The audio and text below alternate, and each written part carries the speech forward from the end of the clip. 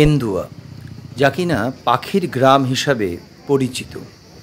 ৩ দশক আগে কেন্দুয়া গ্রামে দুটো বিশাল তেঁতুল গাছে ডেরা বাঁধে পরিযায়ী পাখির ঝাঁক।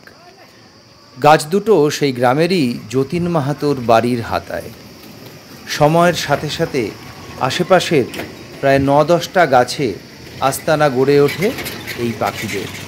কেন্দুয়া একটা ছোট গ্রাম জামবনি ব্লকের, যা ঝাড়গ্রাম চিল্কিগড় সড়কের পাশে অবস্থিত। মোটামুটি ৯ কিলোমিটার দূরত্ব এই গ্রামের ঝাড়গ্রাম শহর থেকে। এসব পাখিরা মে মাসে আসে এবং নভেম্বরের শেষে এই স্থান পরিত্যাগ করে ছানাদের নিয়ে চলে যায়। বিভিন্ন প্রজাতির পাখি দেখা যায় এখানে। Great egret, intermediate egret, little egret, cattle egret, Indian pond heron, Indian golden oriole, black headed oriole, rufous treepie, দুধরাজ, জ্যোৎস্না বক, মোহনচূড়া, ওপেন বিল স্টর্ক বা শামুকখোল। শামুকখোলের আধিক্যই সব থেকে বেশি।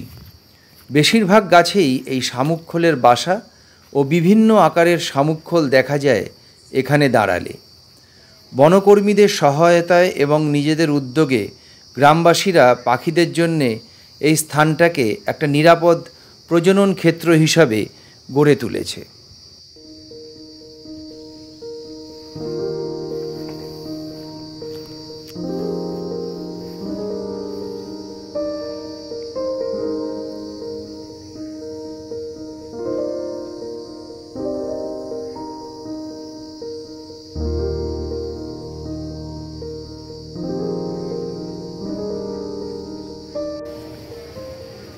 বর্ষা শুরু হলেই যার যার নিজের বাসায় ডিম পাড়ে স্ত্রী শামুকখোল। ভরা বর্ষায় ডিম ফুটে বের হওয়া বা ছানারা একসময় উড়তে শেখে। হেমন্তের শুরুতে বা শীতের শুরুতে ঝাঁকে ঝাঁকে পাখির দল ফিরে যায় নিজেদের ডেরায় অন্য কোনো দেশে। সময়ে সময়ে প্রকৃতির পরিবর্তনের সাথে সাথে পাখির বৈচিত্র্য মুগ্ধ করে এখানে।